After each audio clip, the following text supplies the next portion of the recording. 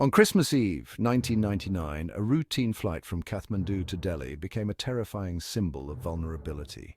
Indian Airlines flight ICE-814, with 176 passengers and 11 crew members, was hijacked shortly after takeoff. This event gripped the nation with fear and uncertainty, leaving an indelible mark on India's psyche. The hijacking was a stark reminder of the threat posed by terrorism.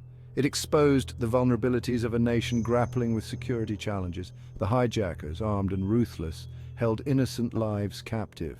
As news spread, panic swept across India. Families of those on board were thrust into a nightmare. The government faced immense pressure to secure the release of the hostages. The IC-814 hijacking was a watershed moment in India's history. It highlighted the need for a robust security apparatus and a firm stance against terrorism. The horror began subtly as Flight IC-814 ascended over Nepal. 5 men, disguised as passengers, brandished weapons. The normalcy of the flight shattered, replaced by the chilling reality of a hijacking. Passengers watched in disbelief and terror as the hijackers took control. The crew, trained for emergencies, found themselves in an unprecedented situation. The plane transformed into a prison in the sky. Fear and uncertainty permeated the cabin as the hijackers made their way to the cockpit. Their leader diverted the plane, setting in motion a chain of events. As the plane veered off course, the world watched, holding its breath. With the aircraft under their control, the hijackers issued a chilling set of demands. Their primary objective, the release of several known terrorists imprisoned in India. The hijackers, members of Harkat-ul-Mujahideen, used the passengers and crew as bargaining chips. Their demands were non-negotiable, their threats chillingly real. The Indian government, caught off guard, found itself in a precarious position. The hijackers' demands were a calculated attempt to humiliate India on the world stage. The hijacking of IC-814 presented India with an unprecedented crisis, demanding a delicate balancing act between safeguarding its citizens and upholding its principles. The government, under intense pressure, initiated a multi-pronged strategy, combining diplomacy, negotiation, and a degree of preparedness for a potential rescue operation. A specially constituted crisis management group comprising top government officials and security experts worked tirelessly to resolve the situation. Their primary objective was clear: secure the release of all hostages unharmed. However, the hijackers' demands, steeped in extremist ideology, made negotiations incredibly challenging. India reached out to the international community seeking support and cooperation. The hijacking, with its potential to destabilize the region, became a global concern. Governments worldwide condemned the act, urging the hijackers to release the hostages unconditionally. The hijacking of IC-814 underscored the complexities of dealing with terrorism. It highlighted the need for international collaboration, the importance of robust intelligence gathering, and the agonizing choices governments face when confronted with such situations. Section 5, Days of Anguish. Passengers trapped in a nightmare. For the 176 passengers and 11 crew members on board IC-814, the hijacking was a descent into a terrifying ordeal. Confined within the plane's claustrophobic cabin, they endured days of fear, uncertainty, and deprivation. The hijackers, ruthless and unpredictable, exerted absolute control over their captives. Food and water were scarce, sanitation deteriorated, and the constant threat of violence loomed large. Every engine roar, every muttered conversation among the captors sent shivers down their spines. Among the passengers were newlyweds, families returning from holidays, and students heading home. Their dreams of joyful reunions were shattered, replaced by the grim reality of their captivity. Section 6. The Weight of Responsibility, the Government's Dilemma. As days turned into nights, the Indian government found itself caught in an excruciating dilemma. The hijackers, unrelenting in their demands, refused to budge. Every hour that passed increased the risk to the hostages, amplifying the pressure on the government to find a solution. The primary objective was clear, secure the safe return of every single passenger and crew member. However, the government was acutely aware of the precedent set by yielding to terrorist demands.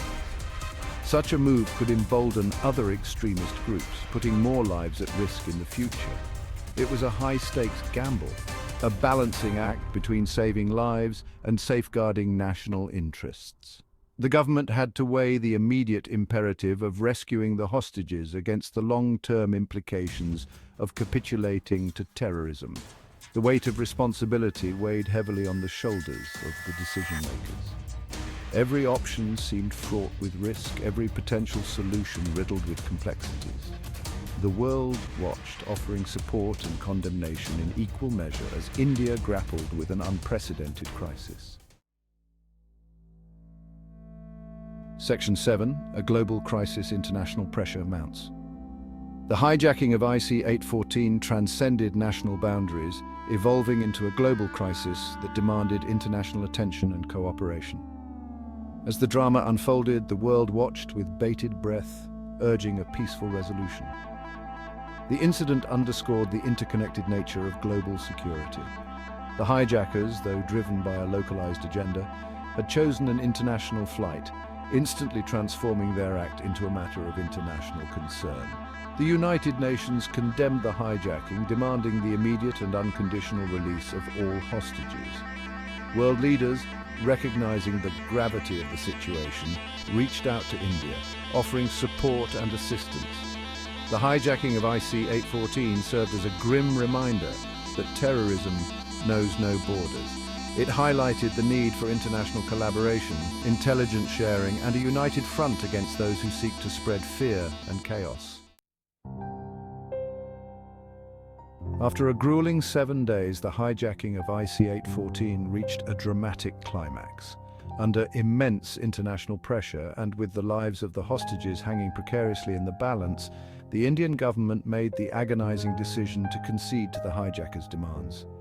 3 notorious terrorists, Maulana Masood Azhar, Ahmed Omar Saeed Sheikh, and Mushtaq Ahmed Zargar, were released from Indian prisons in exchange for the safe return of the passengers and crew of IC-814. It was a bitter pill to swallow, a concession made with a heavy heart. The release of these terrorists sparked outrage and criticism. Many argued that it set a dangerous precedent, emboldening terrorist groups and rewarding their heinous acts. The government, however, maintained that it had acted in the best interests of its citizens, prioritizing the safe return of the hostages. The decision to release the terrorists was a pragmatic one, driven by the immediate imperative of saving lives. However, it came at a heavy price, raising questions about the long-term implications of negotiating with terrorists. The release of the hostages was met with relief and jubilation across India. Families torn apart by anxiety and fear were finally reunited. However, the scars of the IC-814 hijacking ran deep, leaving an indelible mark on the nation's psyche. The incident exposed the vulnerabilities of India's security apparatus, prompting a comprehensive review of its counter-terrorism policies. It also highlighted the need for greater international cooperation in combating terrorism, a global threat that transcended national boundaries. The hijacking of IC-814 was a national trauma, a stark reminder of the human cost of hatred and extremism. It underscored the need for vigilance, for a united front against terrorism, and for a commitment to never again allow such an act to take place on Indian soil. The incident also sparked a debate about the ethics of negotiating with terrorists. While some argued that it set a dangerous precedent, others maintained that the government had no choice but to prioritize the lives of its citizens. The IC-814 hijacking served as a wake-up call for India, forcing the nation to confront its vulnerabilities and initiate a comprehensive overhaul of its security apparatus. The incident exposed gaps in intelligence gathering, airport security, and crisis management protocols, prompting a series of reforms aimed at preventing similar incidents from occurring in the future. One of the most significant changes was the establishment of the National Security Guard's Aerial Counter-Terrorism Unit. This elite force, trained to handle hijack situations and other terrorist threats, was created to ensure a swift and decisive response to any future attempts to target Indian aircraft. Airport security across the country underwent a massive transformation. New technologies, including advanced screening equipment and biometric identification systems, were introduced to enhance passenger screening and baggage checks. The number of security personnel deployed at airports was significantly increased, and their training and awareness programs were revamped to equip them with the skills and knowledge necessary to counter evolving threats.